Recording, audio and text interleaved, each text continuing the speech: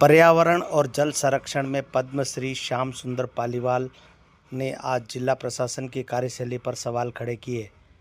क्या कहा उन्होंने, आप भी सुनिए जिला प्रशासन को लेकर। एक बड़े विषय को लेकर हम सब यहाँ एकत्रित हुए हैं।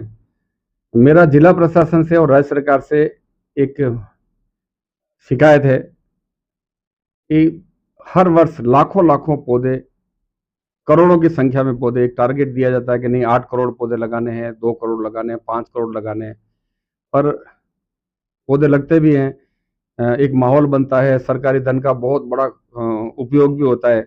पर जब पिछले साल दूसरे साल वापस उस जगह पर आते हैं तो वहाँ पेड़ पौधे नहीं मिलते हैं। वो 5% 10% नहीं मिलते हैं, और कई जगह तो ये है कि बिल्कुल भी नहीं मिलते हैं। दूसरा, वृक्षारोपण हो रहा है, स्वयंसेवी संस्थाएं कर रही है, CSR से हो रहा है, सरकार कर रही है, ग्राम पंचायतें भी कर रही है, सभी तरह के काम हो रहे हैं। पर दूसरी तरफ जो 300 400 साल पुराने पेड़ हैं, वो बहुत बड़ी संख्या में बड़े बड़े माफियाओं द्वारा सालों से काटे जा रहे हैं। राजसमंद जिला कलेक्टर को इस बारे में पत्र लिख चुके हैं कि इसकी जिम्मेदारी तय की जाए, पर आज तक ऐसा कोई उस पर कोई कार्रवाई हुई नहीं।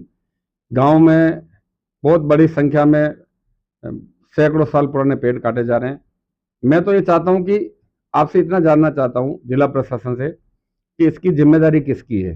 गांव में पटवारी है, ग्राम सेवक है, कृषि जमीनों से अगर कट रहे तो कृषि सुपरवाइजर है, बीट कांस्टेबल है, ये गांव का सरपंच है, गांव का वार्ड पंच है।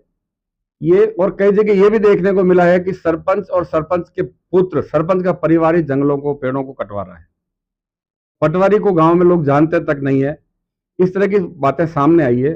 तो मेरा जिला प्रशासन से और राज्य सरकार से एक मांग है कि वृक्षारोपण करना जारी रखे, कोई दिक्कत नहीं है, हम सब आपके साथ हैं और आपका साथ दे भी रहे। इस पर्यावरण के क्षेत्र में काम करने वाले बहुत सारे लोग हैं हमारे जैसे, जो पेड़ों के लिए कुछ भी करने के लिए तैयार हैं। पर आपका अमला, आपकी मशीनरी इसमें सहयोग नहीं कर रही है।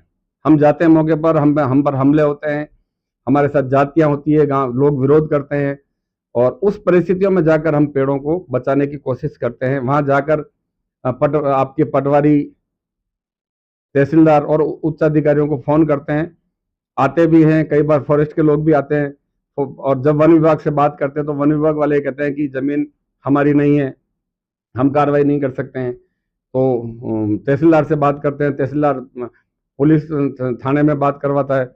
इस तरह से ही काम चलेगा नहीं। मुझे ऐसा लग रहा है कि हमें सुंदरलाल बहुगुणा जी की तरफ पेड़ों से चिपको आंदोलन शुरू करना पड़ेगा।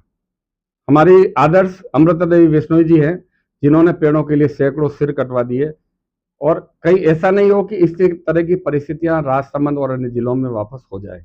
मैं आपके माध्यम से जिला प्रशासन और सरकार को यह आगाह करना चाहता हूं कि आप जिम्मेदार बने, अपने मशीनरी को इसके लिए मजबूत करें और आने वाले समय में इसका असर दिखे। कहीं ऐसा नहीं हो कि हमारे जैसे लोगों को आपके कार्यालयों के सामने धरना प्रदर्शन करना पड़े, बैठना पड़े, और फिर आगे की जो परिस्थितियां बनेगी उसकी जिम्मेदारी प्रशासन की रहेगी। जिला कलेक्टर महोदय, आप थोड़े से जागरूक हो। जो पैसा डिस्ट्रिक्ट मिनरल फंड का 1000 करोड़ रुपया, उसमें से कुछ पैसा पर्यावरण संरक्षण के लिए भी खर्च होना चाहिए, जिससे माइनिंग से इतना बड़ा नुकसान राजसमंद का हो रहा है। मार्बल स्लरी बरसाती नालों में जम रही है, जल संरक्षण के काम हो नहीं पा रहे हैं, पेड़ पौधे अपने आप इस मार्बल स्लरी की वजह से सूख रहे हैं।